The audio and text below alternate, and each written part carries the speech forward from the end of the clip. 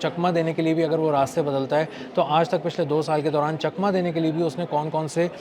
راستوں کا انتخاب کیا. اس قدر باریک بینی سے نگرانی کرنے کے بعد اسرائیلی انٹیلیجنس اور امریکی انٹیلیجنس نے ایک پیٹرن ترتیب دیا اور اس کے بعد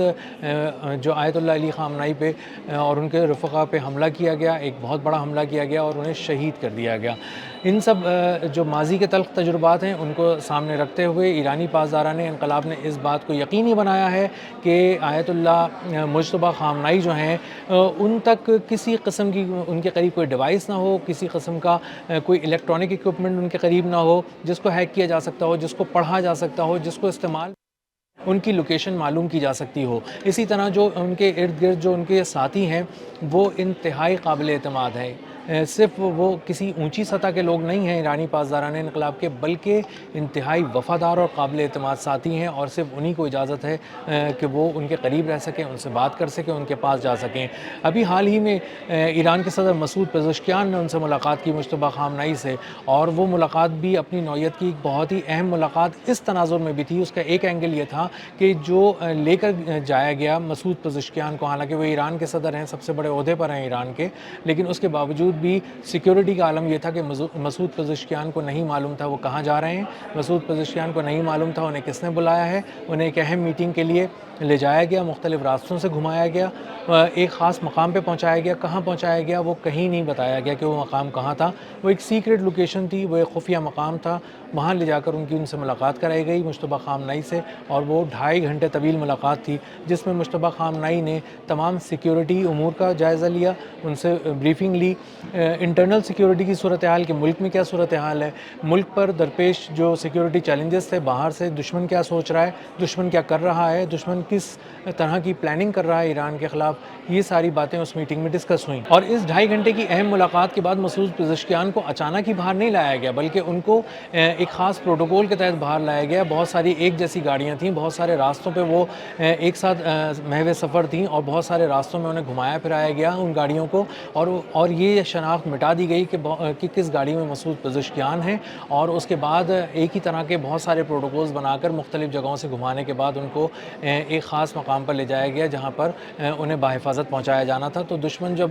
ایک طرح کے پروٹوکول پہ نظر رکھا ہوا تھا تو اس کو اندازہ ہوا کہ ایک جیسے بہت سے پروٹوکولز تھے، اور سمجھ میں نہیں آ رہا تھا کہ مسعود پزشکیان کا پروٹوکول کون سا ہے، گاڑی کون سی ہے، اور کون سی نمبر پلیٹ کی. ایک ہی نمبر پلیٹ کی بہت ساری گاڑیاں ہیں، تو اس میں اصل نمبر پلیٹ والی گاڑی کون سی ہے اور کس گاڑی میں مسعود پزشکیان جو ایران کے صدر ہیں وہ موجود ہیں. اس سے اندازہ لگایا جا سکتا ہے کہ 1-2.5 گھنٹے کی ملاقات جو اچانک پلان کی گئی، اس کے لیے ایرانی پاسداران انقلاب نے کیا کیا ایک پروٹوکولز نہیں بنا رکھے تھے، جو ان کے لیے بہت سارے انتظامات غیر معمولی نوعیت کے تھے وہ نہیں کیے ہوئے تھے. تو اندازہ ہوتا ہے کہ جو مجتبیٰ خامنائی ہیں وہ بہت ہی محفوظ ہاتھوں میں ہیں، اور مجتبیٰ خامنائی کو سامنے ابھی نہیں لایا جا رہا. یہاں تک کہ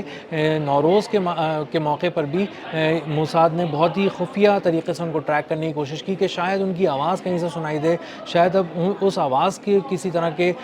کرٹیکل انالیسس سے یہ اندازہ ہو سکے کہ وہ کس مقام کی ہے، کہاں پہ ہو سکتی ہے، اور اس سے ان کی صحت کا اندازہ بھی ہو سکے. لیکن کسی طرح کی آواز بھی نہیں سنی گئی. ایک تحریری میسج تھا، ایک تحریری پیغام تھا جو قوم کے نام نوروز پہ آ گیا اور وہ ایرانی قوم کو پڑھ کر سنا دیا گیا.